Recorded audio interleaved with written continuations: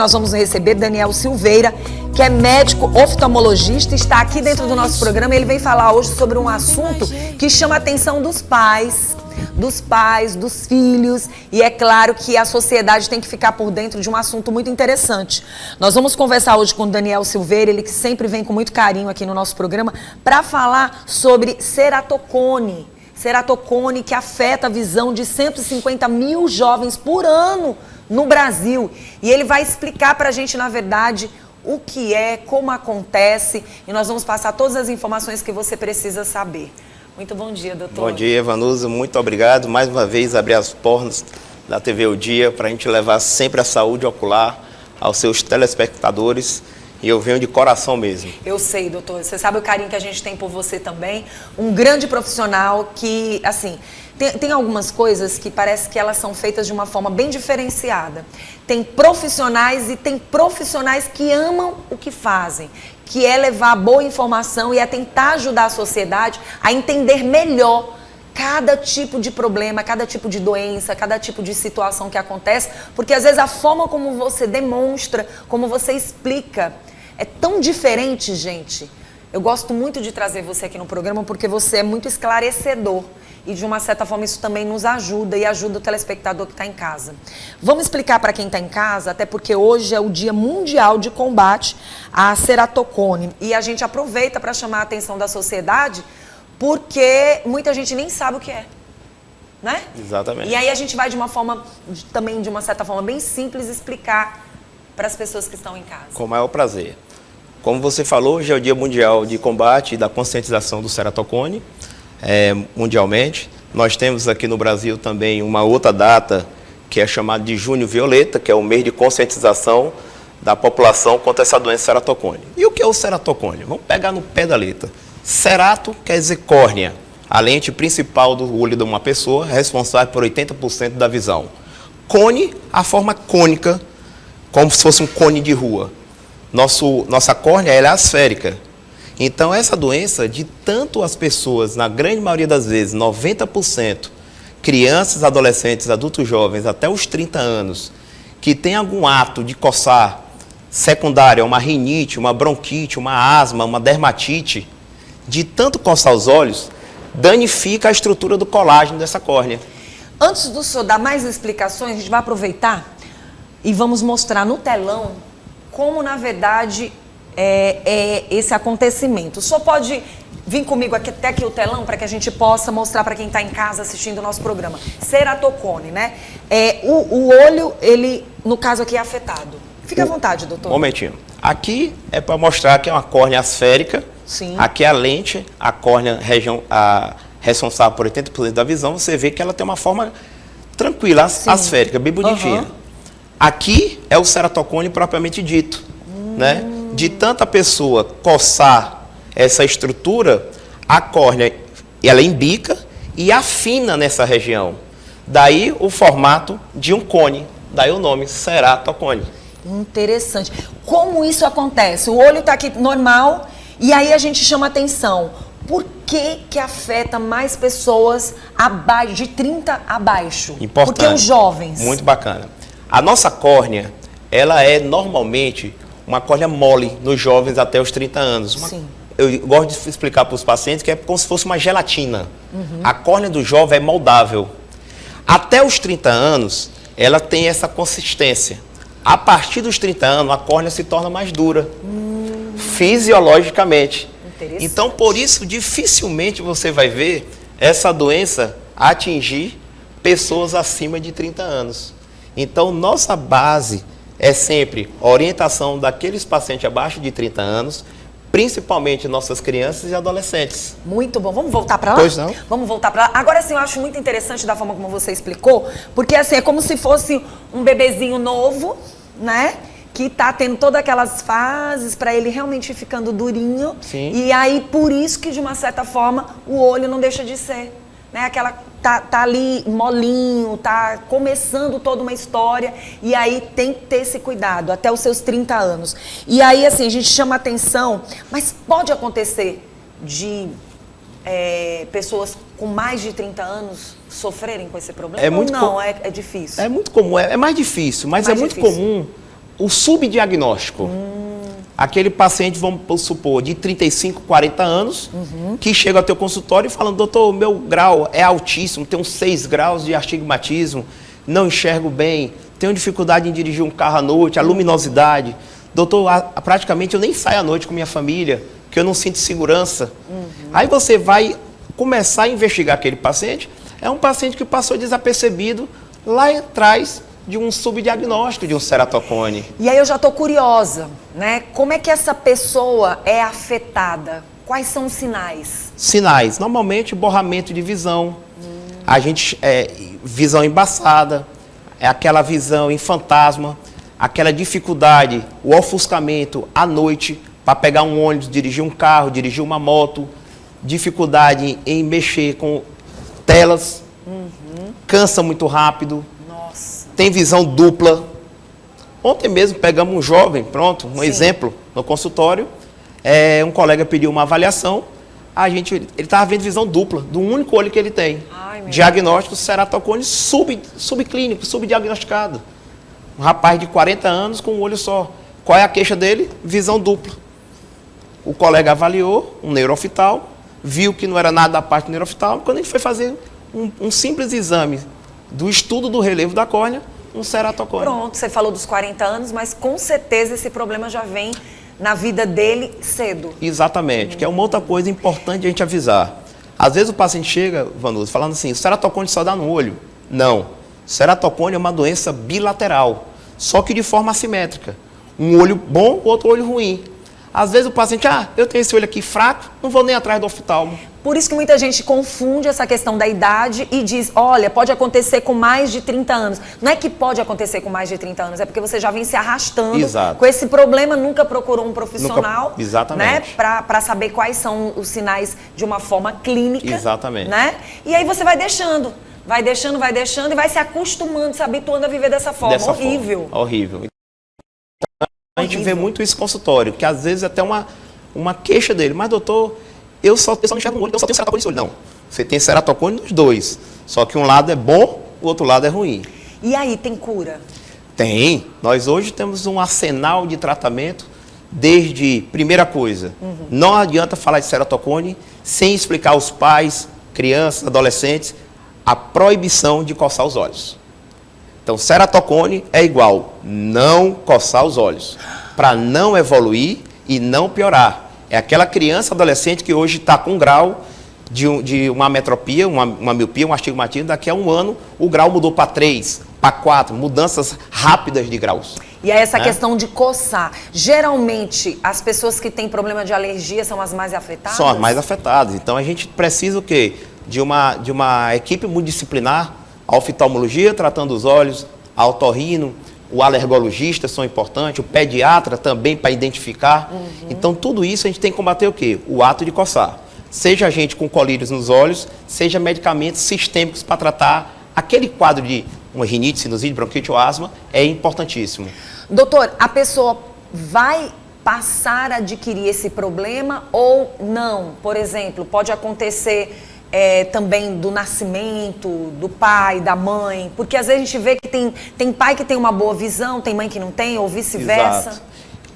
Muito bom, importante. O ceratocone ele é responsável de mais ou menos de 8 a 10% de uma doença da parte hereditária também.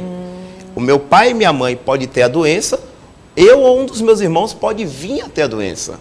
A diferença, por exemplo, contra o glaucoma, que eu gosto de falar sempre isso, o glaucoma ele vai pulando gerações. Por exemplo, meu avô pode ter tido glaucoma, meus pais, meu tio não tem, eu ou meus primos podem ter. Interessante. Ceratocone não, linhagem direta. Meu pai ou minha mãe com a doença pode causar de 8 a 10% a parte hereditária do ceratocone. Pronto. E como é feito esse tratamento? Como é que ele diagnosticou que existe? Certo. Pronto, nós vamos começar a tratar. É importante tratar o mais cedo possível, diagnosticar o mais cedo possível.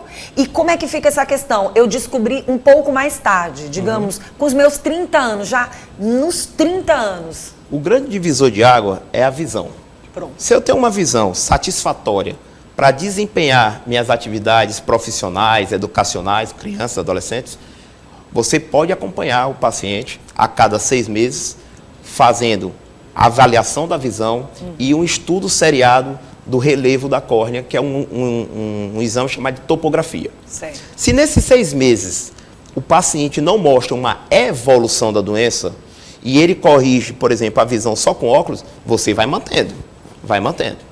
Se eu tenho um paciente onde a visão é regular para pior, uma qualidade, por exemplo, 30%, 20% de uma visão, o óculos já não corrige, você pode lançar ele para tipos de lentes de contato. E aí fica a dica, lente de contato não para a doença do ceratocone. A lente de contato, assim como o óculos, é uma forma de reabilitação da visão. É uma pergunta muito corriqueira no nosso consultório. Sim. Doutor, eu usando a lente vai parar a doença? Não, vai melhorar a tua visão. E tem aí, que fazer o tratamento mesmo, não adianta. Agora, Vanus, se você, nesse seriado, identifica que está tendo progressão, sim, existe um tratamento chamado de crosslink, que nada mais é que uma radiação ultravioleta com a vitamina B2, que é a riboflavina. Essa reação química causa o quê? Um fortalecimento da córnea do paciente. É aquilo que a gente acabou de falar dos 30 anos. É como se fosse uma córnea, uma forma de parar, de deixar essa córnea mais dura e evitar a progressão. Também a gente precisa falar do anel interstromal, que é uma outra queixa do paciente. Anel são estrutura de plástico que a gente coloca dentro de uma córnea, aí sim, para remodelar a córnea e melhorar a visão. Alguns estudos mostram que o anel também para a doença. Outros estudos dizem que não. E o mais, graças a Deus, o mais longe possível hoje, o transplante de córnea. Porém, gosto de avisar, ceratocone ainda é a maior causa de transplante de córnea aqui do Brasil. Doutor, vamos tocar num assunto que eu acho interessante. Esse tratamento, ele vem com cirurgia ou ele é feito através dos colírios? Como é que é tratado? O primeiro tratamento, clínico. Clínico. Entra quem? Óculos, colírio e lente de contato. Partiu para a parte cirúrgica, crosslink, anel e muito longe de transplante de córnea. Então, o grande segredo, como eu falei no começo, é o quê? Você conscientizar o seu paciente ou os pais daquela criança que ele não pode coçar os olhos. Nossa, isso é muito sério, essa palavra não pode coçar os olhos. A gente tem que falar sobre esse assunto. E tem criança que se acostuma a viver com problema de visão. Às vezes você pensa que é só uma visão cansada, às vezes até é. Pode acontecer, por exemplo, de eu ter essa visão com este problema um ano antes, achar que tá tudo beleza e tudo, no próximo ano já ter uma diferença? Pode sim. É a mudança, é uma das características da doença, a mudança repentina da visão ou do grau. De repente era só uma visão, uma lente de descanso. Exato. E quando é no próximo ano que você vai, tua visão está extremamente afetada. É muito comum você pegar os pacientes, avaliar, por exemplo, tem ali um grau de astigmatismo, que é o grau de descanso da visão. O jovem usa óculos quando quer, para assistir uma aula. No outro ano ele fala, doutor, esse óculos já não presta. A gente vai ver, está com 4 graus de astigmatismo, 3 de miopia. E essa mudança muito rápida da visão é uma característica da doença. Você sabe que a Lorena fez assim, né? Prazer, estou aqui. Isso acontece com você às vezes, Lorena? Um ano com o Sérgio também? Nossa! A Lorena... Pode falar. A Lorena tem alergia, né? Tem alergia. A Lorena não tem pode alergia. Ficar coçando os olhos, viu, Lorena? Não pode. E às vezes quando eu já tirar o óculos, ó. Não pode, viu, Lorena? Cuidado, Lorena. Essa questão, de região, a gente vive num clima extremamente quente e as pessoas usam óculos e a gente vê muitas vezes a pessoa coçando, a gente vê pessoas com alergia, com espirros, rinite. Nessa fase agora, que a gente está no BR-Obró, a umidade relativa do ar lá embaixo, aumenta uma doença chamada síndrome do olho seco. Isso. Aí você pergunta, o que tem a ver com ceratocone? Todo paciente com ceratocone tem olho seco. Então, o paciente que tem ceratocone, nesse BR-Obró, vai sentir também mais olho seco. Por quê? Vai piorar a rinite, piorar a sinusite, bronquite, secundariamente vai piorar a visão. Outra coisa, tá? Existem também alguns tipos de situações estéticas, né? Às vezes a pessoa, eu vou colocar uns cíliozinhos ali. Se você é uma pessoa que tem uma visão afetada, tem que ter cuidado, né? Tem que ter cuidado. É muito corriqueiro também chegar no consultório, mulheres jovens que querem se embelezar, botar cílios postiços. Ou cílios fixos, exatamente. Né? É muito comum a gente ver alterações da superfície, ressecamento, até lesões de córnea, como queimaduras. Eu acho até então, interessante buscar mesmo um profissional antes de você colocar qualquer tipo, né? Você quer colocar uns cílios, né? Fixo, você quer realmente se cuidar dessa forma. Se você tem algum problema de visão, vai logo, procura saber o que está acontecendo, se está tudo ok, né? Exatamente. Você está dizendo, se eu for colocar uma coisa que vou ficar coçando, que vou ficar coçando, e é uma coisa que não é minha, eu até brinco assim, às vezes até seus cílios mesmo, naturais, se você não higienizar, principalmente vocês mulheres que usam maquiagem, sim, por si só vai dar uma doença, uma alteração chamada blefarite. Agora você imagina você colocando uma coisa artificial. Mais complicado ainda. Pode potencializar uma piora da visão. A gente está falando para quem tem problema de visão, tem coisas que para um dá, para outro não dá. Então a gente tem que ter essa consciência. O que dá certo para mim pode não dar certo para você. Exatamente. Não é verdade? Exatamente. Então, assim, faltou alguma informação que a gente tenha que levar para quem está em casa? Certo. É muito comum também as pessoas irem ao Google, né? Sim. E lá no Google, se você for digitar ceratocone, aparecer todo tipo de... vai dizer que é uma doença rara. Sim. Gente, não é uma doença rara. Está muito, muito comum. Cada dia que passa, nossas crianças estão aí mais com problemas respiratórios, com mais exposição às telas. Então, sempre eu recomendo, gente, se puderem levar suas crianças, adolescentes, uma vez ao ano, para uma consulta oftalmológica, mesmo que ele não sinta nada, como você falou, preventivamente, um diagnóstico precoce. É isso que nós, oftalmologistas, aqui da Sociedade Piauiense de Oftalmologia, queremos deixar aqui para os seus telespectadores. Não precisa a criança estar doente, com o olho vermelho, o olho inchado, a visão embaçada, para você levar aquela criança para fazer uma consulta de rotina. Não, e a gente tem que chamar a atenção também da população, que você procure um especialista bom, tá? Toma cuidado, porque hoje no mercado tem profissional em todo canto, mas você tem que saber qual é o profissional. Aquele profissional que vai lhe atender, e ele vai lhe atender realmente analisando todos os pontos da sua visão, porque tem gente que só tem interesse mesmo de passar o óculos ali por não ter acabou. É verdade. E a gente tem que se atentar a isso. Qual é o profissional que está cuidando de você? Diga o que você está sentindo. Fala o que está acontecendo com você. Quais são as suas preocupações? Porque tem gente que quando vai, diz, olha, é porque eu não estou enxergando direito, eu só quero um óculos.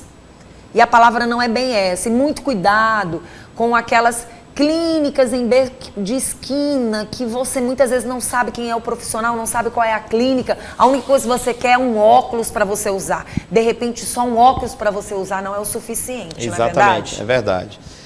Vanusa, aproveitando aqui seu espaço também, eu queria deixar também explicar um pouquinho rapidamente, que também é um mês de novembro, é um mês de conscientização da doença, uma doença bastante conversada, chamada Sim. diabetes. Sim. Então eu venho aqui, peço aos seus telespectadores, claro, se vocês têm algum familiar com diabetes, é importante levar também a um oftalmologista. Na grande maioria das vezes, a diabetes, inicialmente, não vai dar nenhum sintoma nos teus olhos.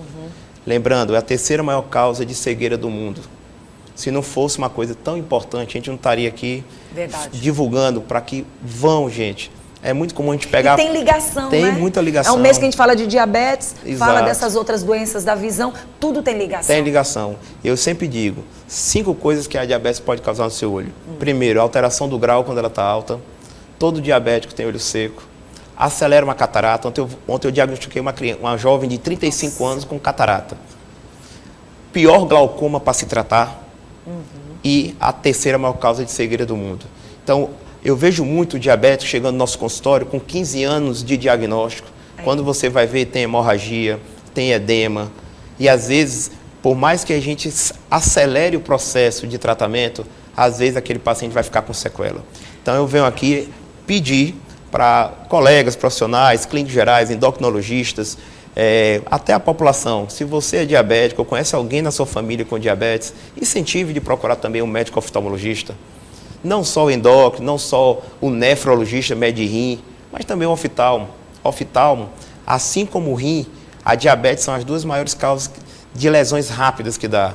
São pequenos vasos. Onde é que eu tenho pequenos vasos? Rim e olho. Então fica a dica para os seus telespectadores. Ai, tá vendo? Por isso que eu sou fã desse doutor.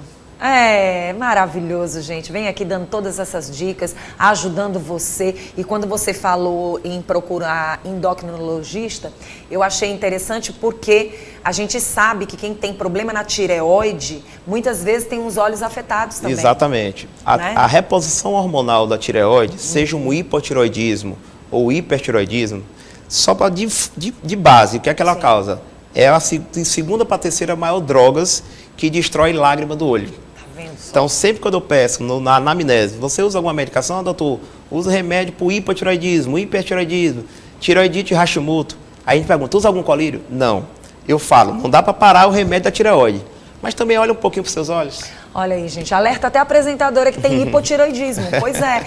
Olha, eu tenho um problema na tireoide, mas a gente tem que ter todas essas dicas para a gente conviver. O problema da doença não é você simplesmente dizer que tem um problema ali.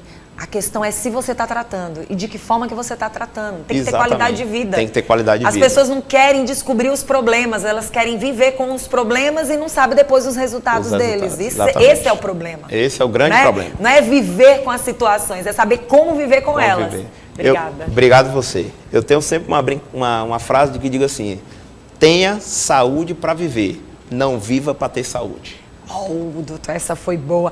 Quem quiser entrar em contato com o doutor, tá aí na telinha, tá bom? Para quem quiser entrar em contato com ele, eu queria que você reforçasse seu Instagram.